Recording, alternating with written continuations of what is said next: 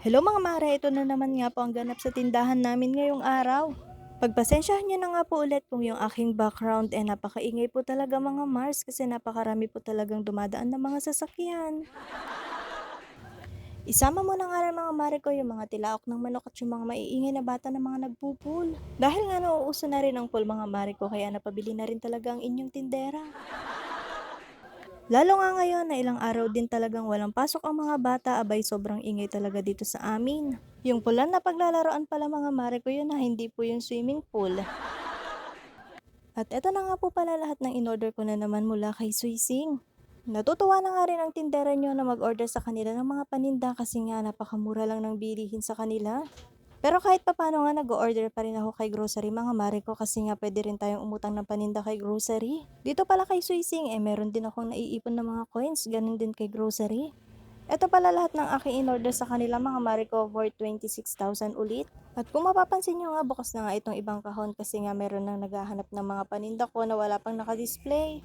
Maganda rin ang kanilang serbisyo at hindi na nga ako nahihirapan maghanap pa kung meron akong mga items na hinahanap at wala pang nakadisplay kasi nga meron na talagang nakaprint dito sa ibabaw ng karton niya. Kung ano ngayon nakaprint doon sa papel, yun talaga yung laman ng karton niya kaya hindi na rin ako nahihirapan na maghanap pa.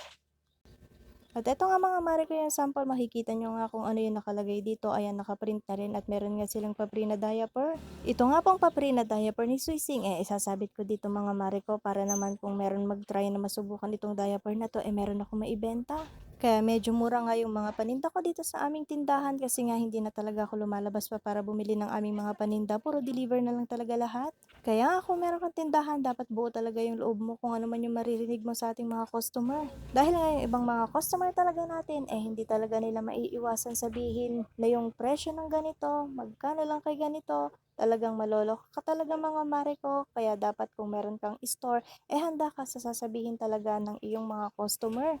Dahil nga yung ibang mamimili talaga mga mare ko, naghahanap sila ng mas mura na paninda para din sila ay makatipid. Dahil nga sa panahon ngayon talagang maghahanap ang ating mga customer ng mga murang bilihin kasi nga sa panahon ngayon talaga napakataas na ng presyo o yung 1,000 pesos konti na lang din talaga yung mabibili. Kaya nga kapag meron talaga mga ahente na pumupunta dito sa aming tindahan at inaalok nila ako ng kanilang mga paninda kung ano man yung dala nila basta alam ko na mura ito, abay igagrab ko na talaga mga mare ko. Kasi nga po ito talagang aming tindahan, tabing kalsada lang din talaga at kitang kita talaga kung merong mga ahente.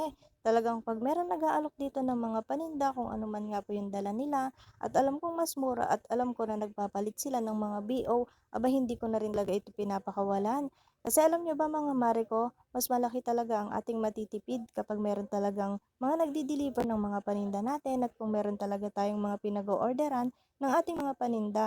Lalo na nga po kapag tayo ay nakadirect, mas mura talaga yung mga paninda kapag tayo ay nakadirect sa mga ahente or sa mga supplier. Kaya nga din siguro mabilis lang nauubos itong aming mga paninda at hindi na i-stocks yung mga paninda namin kasi nga mura lang din talaga ako magpresyo or magpatong sa bawat items. Lalo na nga po kapag wholesale din talaga yung kanilang bibilhin, magkano lang ang aking pinapatong.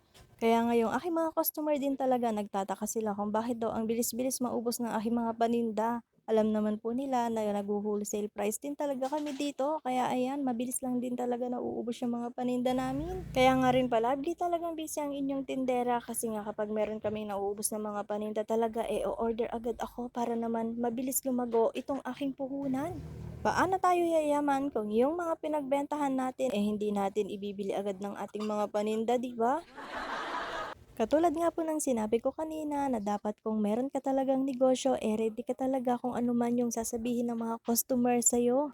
At eto na nga po, tapos na nga po kaming mag-display dito at iniba nga po namin yung display ng aming mga delata dito mga mare ko. Binabago nga po yung mga display ko ng mga Bear Brand dito at iba pang mga powdered milk. Kasi nga yung mga delata namin dito medyo nadagdagan nga. Nagdagdag ako ng mga ibang delata mga mare ko kasi nga yung iba kong mga customer talaga merong mga delatang mga hinahanap. O ayan, nagdagdag na ako. Dapat kung bibili kayo, bibilhin nyo talaga itong aming mga paninda ng mga delata para hindi naman talaga ma-stock. Pero konti nga lang din talaga yung mga dinagdag ko na ibang mga delata. Yung iba nga tagda 2 piraso lang talaga yung aking mga kinuha. Yung iba tagda 3 piraso din talaga. At pag alam ko nga na mabili itong mga delata na mga kinuha ko tulad ng mga maling, abay kukuha rin talaga ako ng tagi isang box nito. At eto na nga, na-i-display ko na rin lahat talaga ng mga paninda namin dito sa labas. O 'di ba napakaganda na siyang tignan. Sa sobrang dami ko nga mga paninda ng mga chichirya mga mare ko, talaga magsasawa na rin din mamili yung aking mga customer. O siya, hanggang dito na nga lang po ang video na ito, at sa mga hindi pa nga po nakapollow sa aking Facebook, pa naman po at pa-subscribe na rin po sa aking channel. Maraming salamat.